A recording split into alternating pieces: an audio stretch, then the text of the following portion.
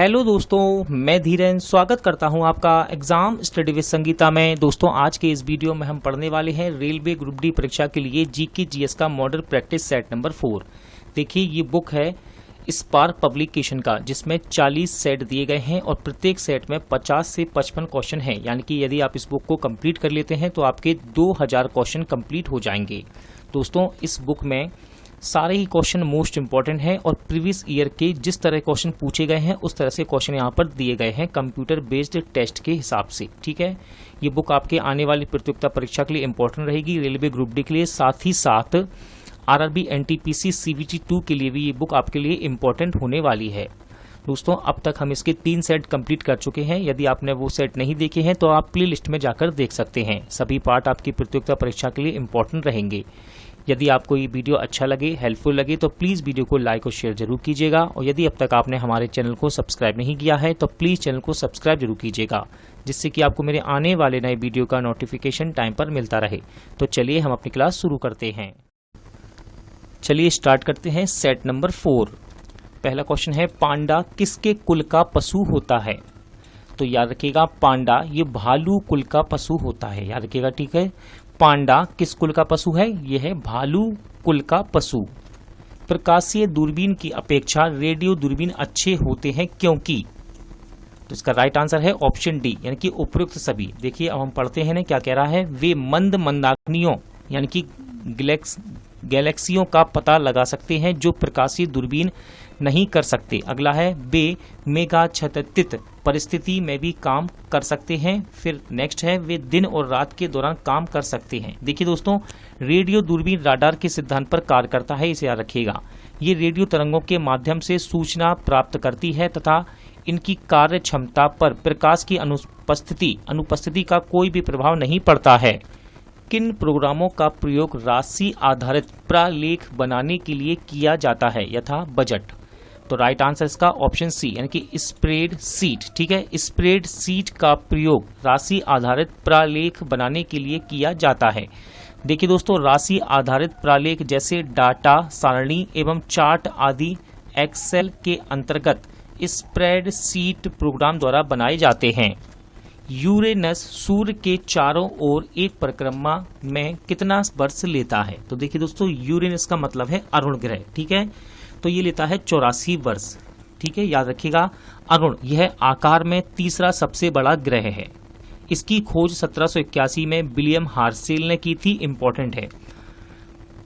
और इसे लेटा हुआ ग्रह भी कहा जाता है। क्यों? क्योंकि यह अपनी धुरी पर सूर्य की ओर इतना झुका है कि यह लेटा हुआ प्रतीत होता है, इसलिए इसे लेटा हुआ ग्रह भी कहते हैं। और इसका सबसे बड़ा उपग्रह टाइटेनिया है।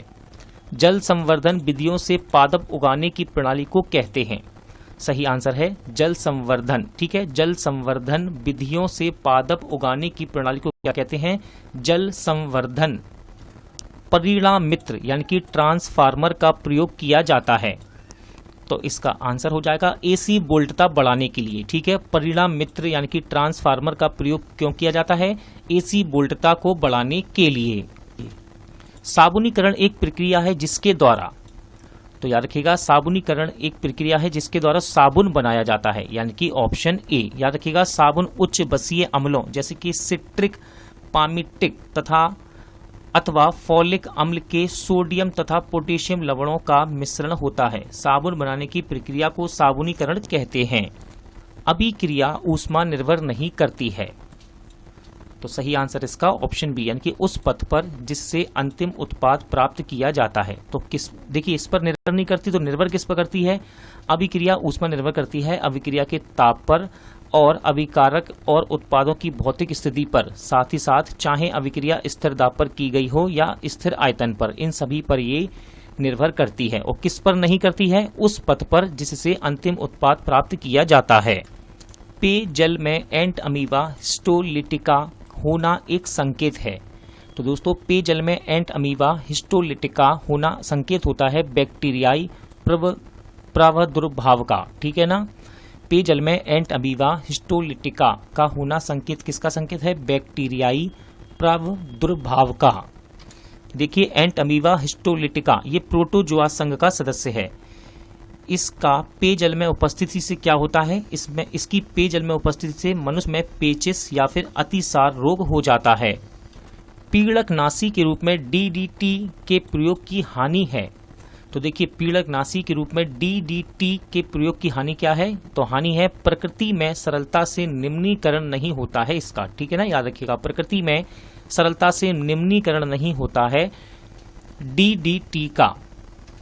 अनापेक्षित ईमेल या जंक ईमेल होता है, तो ये होता है दोस्तों स्पैम, ठीक है, याद रखिएगा। इंटरनेट पर लोगों को ऐसे संदेश या विज्ञापन बार बार भेजना जिसको उन्होंने अनुरोध नहीं किया है, ठीक है ना, अर्थात इस विज्ञापन को लोगों के ईमेल बॉक्स में भेजना स्पैम कहलाता है। यह अनापेक्षित या जंक मेल होता है।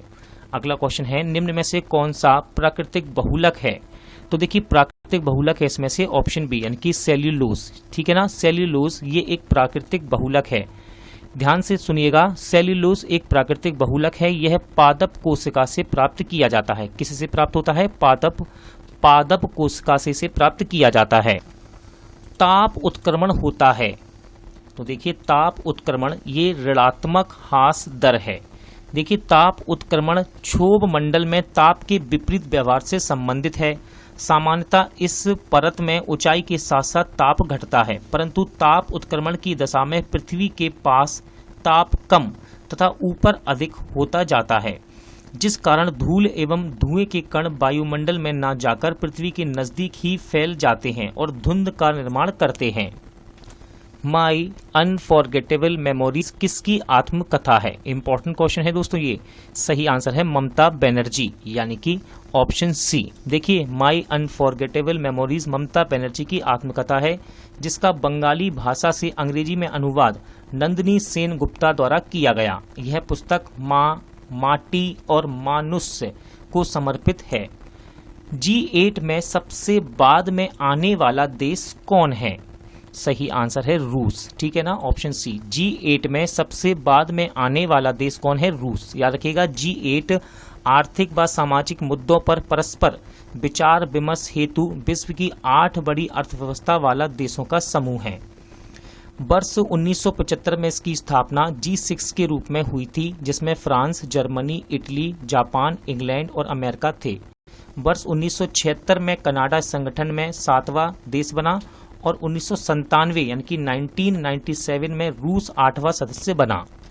दक्षिण सूडान की राजधानी क्या है, तो याद रखिएगा दक्षिण सूडान की राजधानी है जूबा, ठीक है। दक्षिण सूडान की राजधानी क्या है, जूबा। निम्न में से किस राज्य में केवल एक महिला मुख्यमंत्री बनी थी। राइट आंसर इसका राजस्थान, ठीक है, ऑप्शन बी। निम्न में से किस राज्य में केवल एक महिला मुख्यमंत्री बनी थी, तो इसका आंसर है राजस्थान। देखिए इनका नाम क्या था, श्रीमती वसुंधरा राजे सिंधिया राजस्थान राज्य की मुख्यमंत्री बनने वाली एकमात्र महिला हैं।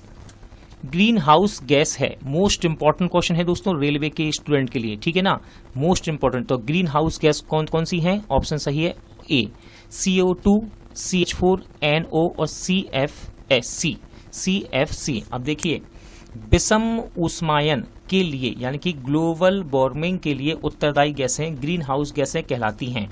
इसमें कार्बन डाइऑक्साइड है, ठीक है, लिखा हुआ है CO2, मीथेन यानी कि CH4, फिर है नाइट्रस ऑक्साइड यानी कि NO, इसके बाद है CFC जिसे आप कहते हैं क्लोरोफ्लोरोकार्बन के द्वारा अवरक्त किरणों के अवशोषण से पृथ्वी का ताप बढ़ता है। अत्यधिक प्रदूषणकारी उद्योग किस कोटि में आते हैं, तो इसका सही आंसर है लाल, ठीक है। अत्यधिक प्रदूषणकारी उद्योग किस कोटि में आते हैं दोस्तों, लाल कोटि में आते हैं। देखिए अत्यधिक प्रदूषणकारी उद्योग लाल कोटि में आते हैं और मध्यम प्रदूषणकारी उद्योग नारंगी कोटि में आते हैं तथा अपेक्षाकृत कम प्रदूषणकारी उद्योग हरी कोटि में रखे गए हैं। करगम कहाँ का लोक नृत्य है, तो दोस्तों करगम ये है आपका तमिलनाडु का लोक नृत्य। याद रखिएगा इंपॉर्टेंट क्वेश्चन है, नृत्य से क्वेश्चन पूछे जाते हैं एग्जाम में। करगम कहाँ का लोक नृत्य है, तो ये है तमिलनाडु का लोक नृत्य है।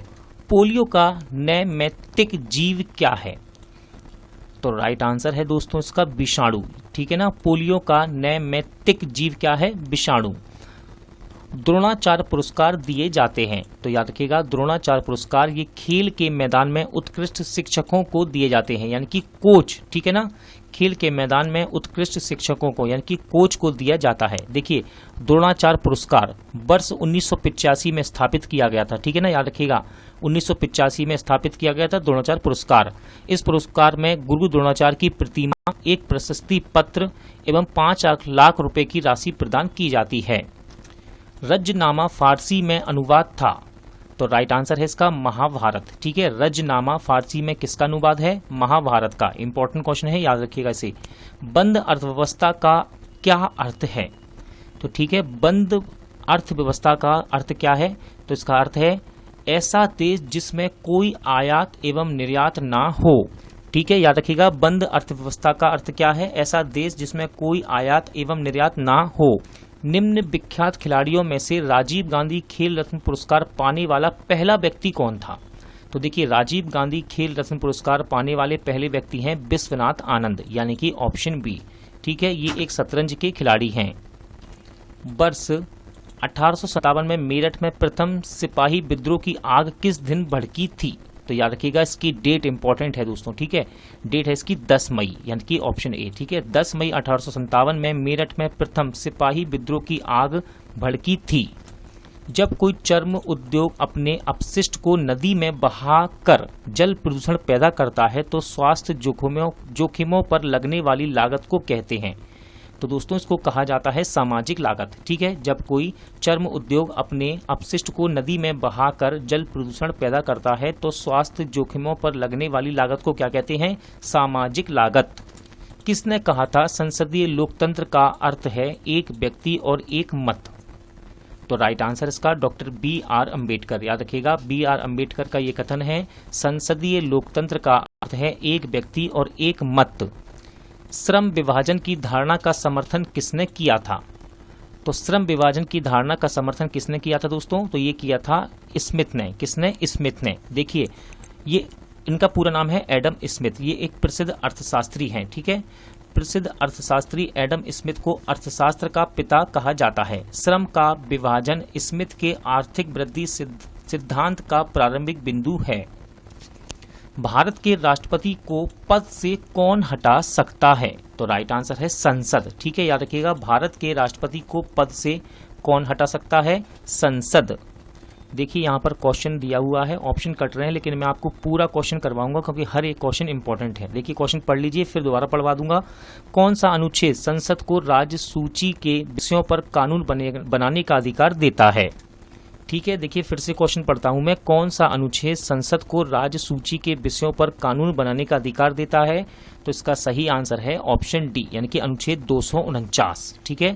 अनुच्छेद 249 संसद को राज्य सूची के विषयों पर कानून बनाने का अधिकार देता है। संविधान का कौन सा भाग नागरिकता के प्रावधानों से संबंधित है?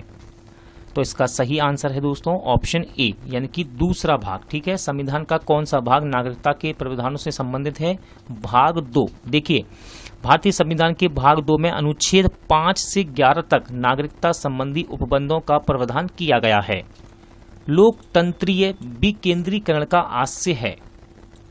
तो देखिए, इसका राइट आंसर है स्थानीय सरकार। देखिए दोस्तों, ये सारे क्वेश्चन संविधान के मैंने यूथ कंपटीशन बुक में हम डेली कवर करते हैं, जहां पर हमने इंडियन पॉलिटी को कवर किया है और सारे ही क्वेश्चन आपको वहां मिलेंगे जहां मैंने इन क्वेश्चनों को फुल डिटेल के साथ कवर किया है। तो आप वहां पर जाके वीडियो को देख सकते हैं, संविधान को पढ़ सकते हैं, ठीक है। तो लोकतंत्रीय विकेंद्रीकरण का आशय क्या है? स्थानीय सरकार। अगला क्वेश्चन है, निम्न में से कौन सा हड़प्पा व्यापार केंद्र था? तो सही आंसर है इसका लोथल, ठीक है। निम्न में से कौन सा हड़प्पा व्यापार केंद्र था? तो राइट आंसर है लोथल। देखिए, लोथल कहाँ है? गुजरात। लोथल से प्राप्त बंदरगाह एवं फारस की मुद्राएं के साक्ष्य इस बात का संकेत देते हैं कि यह नगर हड़प्पा काल में व्यापार का मुख्य केंद्र था। राज्य नीति के निम्न निर्देशक सिद्धांतों में से कौन सा गांधीवादी दर्शन पर आधारित था? तो इसका आंसर है ग्राम पंचायतों का आयोजन, ठीक है, याद रखिएगा। देखिए, संविधान के अनुच्छेद 40 में राज्यों को निर्देश दिया गया है कि वे ग्राम पंचायतों का गठन करें। यह नीति निर्देशक सिद्धांत गांधीवादी दर्शन पर आधारित था, क्योंकि गांधी जी भी स्थानीय स्वशासन इकाइयों के समर्थक थे।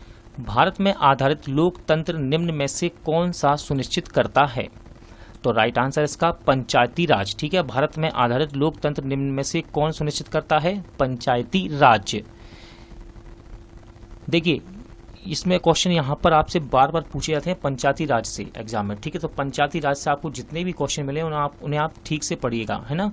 भारत में आधारित लोकतंत्र निम्न में से कौन सुनिश्चित करता है? तो पंचायती राज।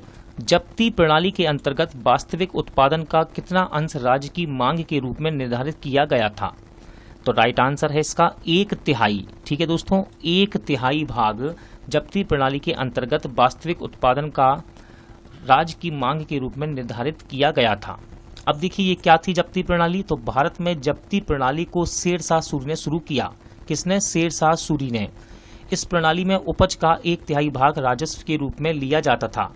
कालांतर में अकबर ने भी इस पद्धति को कुछ समय के लिए लागू किया था। निम्न में से किसने भारत में फ्रेंच शक्ति को समाप्त कर दिया? तो राइट आंसर का बांडीवास की लड़ाई। ठीक है दोस्तों, बांडीवास के युद्ध ने भारत में फ्रेंच शक्ति को समाप्त कर दिया। अच्छा, ये युद्ध हुआ कब था? तो ये हुआ था 1760 में। अंग्रेजों ने सर आयर कूट के नेतृत्व में फ्रांसीसियों को हराकर भारत में उनके प्रभाव को लगभग समाप्त कर दिया था। कर्क रेखा नहीं गुजरती है। तो देखिए सही आंसर क्या है इसका? कर्क रेखा नहीं गुजरती है। तो ये पाकिस्तान से नहीं गुजरती है दोस्तों। ठीक है, अब कहाँ कहाँ से गुजरती है इसको याद रखिएगा। देखिए, उत्तरी गोलार्ध में 23.5 नॉर्थ के दोनों बिंदुओं को मिलाने वाली रेखा कर्क रेखा कहलाती है। यह रेखा भारत, बांग्लादेश, म्यांमार, चीन, ताइवान, यूएई, मिस्र, ओमान, चांड, लीबिया, अल्जीरिया, मेक्सिको इत्यादि देशों से होकर गुजरती है। विकासशील देशों की निम्न समस्याओं में से कौन सी सही नहीं है? तो सही आंसर इसका वृद्ध अवस्था वाली आबादी का उच्च अनुपात। ठीक है, विकासशील देशों की निम्न समस्याओं में से कौन सी सही नहीं है? तो सही आंसर है वृद्ध अवस्था वाली आबादी का उच्च अनुपात। निम्न में से कौन सी नदी दक्षिण से होकर उत्तर की ओर बहती है? इंपॉर्टेंट क्वेश्चन है। कौन सी नदी दक्षिण से होकर उत्तर की ओर बहती है? तो सही आंसर इसका सोन नदी। ठीक है, सोन नदी अमरकंटक की पहाड़ियों से निकलकर उत्तर एवं उत्तर पूर्व में चलकर पटना के निकट गंगा नदी में मिलती है। यह नदी लगभग 780 किलोमीटर लंबी है। कलिंग युद्ध के बाद निम्न में से किसने महाराजा अशोक के रूपांतरण को दर्ज किया? तो देखिए सही आंसर है रॉक एडिक्ट 13। देखिए हिंदी में इसको हम कहेंगे शिलालेख। ठीक है ना, 13वां शिलालेख, यानी कि ऑप्शन डी आपका सही आंसर रहेगा। देखिए अशोक के 13वें शिलालेख में कलिंग युद्ध एवं अशोक के हृदय परिवर्तन का वर्णन किया गया है। इंपॉर्टेंट है ये। ठीक है, इस शिलालेख में पड़ोसी राजाओं का वर्णन भी किया गया है। हर्षवर्धन की आरंभिक राजधानी कहाँ थी? तो इंपॉर्टेंट क्वेश्चन है। राजा हर्षवर्धन की आरंभिक राजधानी कहाँ थी? थानेश्वर। ठीक है, हर्षवर्धन की आरंभिक राजधानी थानेश्वर थी। हर्षवर्धन ने मोखरी वंश के शासक ग्रह वर्मा की हत्या होने के बाद कन्नौज से शासन प्रारंभ किया था। इसे भी याद रखिएगा। अगला क्वेश्चन है जैव उर्वरक कौन सा है? इनमें से जैव उर्वरक कौन सा है? तो सही है ऑप्शन बी एजोस्पिरिलिम। ठीक है, एजोस्पिरिलिम ये जैव उर्वरक है। ACTH हार्मोन स्रावित्र होता है। तो दोस्तों ये होता है पीयूष ग्रंथि से। इंपॉर्टेंट क्वेश्चन है, याद रखिएगा। ACTH हार्मोन कहाँ से स्रावित्र होता है? पीयूष ग्रंथि से। देखिए इसको बोलते हैं हम एड्रीनो कॉर्टिकोट्रोपिक हार्मोन, और इसका ये स्रावित्र होता है पीयूष ग्रंथि से। यह हार्मोन एड्रीनल का कोट्रेक्स के स्रावण का नियंत्रण करता है।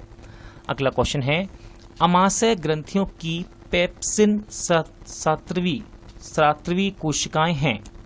तो इसका राइट आंसर है ऑप्शन सी, यानी कि मुख्य कोशिकाएं। निम्न में से वर्णक प्रोटीन यानी कि क्रोमोप्रोटीन कौन सा है? तो ये है दोस्तों हीमोग्लोबिन। याद रखिएगा हीमोग्लोबिन जो है ये क्रोमोप्रोटीन है, यानी कि वर्णक प्रोटीन। चालनी पट्टिका एक भाग है। तो ये है दोस्तों फ्लोएम का। देखिए फ्लोएम तो आप बार बार शब्द सुनते हैं, पढ़ते भी हैं। हिंदी में भी याद रखिएगा इनको, पोषवाहा। फ्लोएम को क्या कहते हैं? पोषवाहा। चालिनी पट्टिका फ्लोएम ऊतक में चालिनी नलिका के मध्य स्थित होती है। फ्लोएम ऊतक पौधों में भोज्य पदार्थों के परिवहन का कार्य करता है। ऑस्ट्रेलिया में प्रवंजन यानी कि हरिकेन का एक अन्य नाम है। तो दोस्तों यहाँ पर एक ये तूफानी हवा है एक तरह की, और इसका नाम क्या है? इसका नाम है बिली बिली। ठीक है, ये हवा है ऑस्ट्रेलिया की, हरिकेन क्या है? प्रवंजन कहते हैं इसको। क्या नाम है इसका? बिली बिली। बेअर्थ भूमि के अंतर्गत अधिकतम क्षेत्र वाला राज्य है। तो इसका सही आंसर है ऑप्शन डी यानी कि जम्मू कश्मीर। ठीक है दोस्तों, जम्मू कश्मीर राज्य के कुल क्षेत्रफल का 69.24 हिस्सा बेअर्थ भूमि के अंतर्गत है। राज्य में यह अधिकांश भाग बर्फ एवं अनुपयोगी जंगल के रूप में बटा हुआ है। सतलज, चिनाब और रावी निम्न में से किसकी सहायक नदियां हैं? तो ये हैं दोस्तों सिंधु की सहायक नदियां। इंपॉर्टेंट क्वेश्चन है, याद रखिएगा। सतलज, चिनाब और रावी निम्न में से किसकी सहायक नदियां हैं? सिंधु नदी की। मनुष्य में गोनोरियो रोग जिसके कारण मूत्र मार्ग में सूजन आ जाती है, निम्नलिखित में से किसके कारण उत्पन्न होता है? तो याद रखिएगा ये होता है जीवाणु के कारण। ठीक है, गोनोरियो रोग जिसके कारण मूत्र मार्ग में सूजन आ जाती है, ये जीवाणु के कारण उत्पन्न होता है। भारत का व्यापारिक संबंध सबसे पहले किस यूरोपीय देश से स्थापित हुआ? तो राइट आंसर है दोस्तों इसका पुर्तगाल। ठीक है ना, याद रखिएगा भारत का व्यापारिक संबंध सबसे पहले किस यूरोपीय देश से स्थापित हुआ? पुर्तगाल। निम्नलिखित में से कौन सी छूत की बीमारी नहीं है? तो सही आंसर है हिस्टीरिया। ठीक है ना, हिस्टीरिया ये एक छूत की बीमारी नहीं है। अगला क्वेश्चन है आगा खां कप का संबंध किस खेल से है? तो याद रखिएगा आगा खां कप ये है दोस्तों हॉकी से संबंधित। ठीक है ना, आगा खां कप का संबंध किससे है? हॉकी से। दोस्तों आज का वीडियो यहीं एंड होता है। उम्मीद करता हूं आपको सभी क्वेश्चन अच्छे लगे होंगे, समझ आए होंगे। पूरा वीडियो देखने के लिए थैंक यू। जल्द मिलते हैं नेक्स्ट वीडियो के साथ।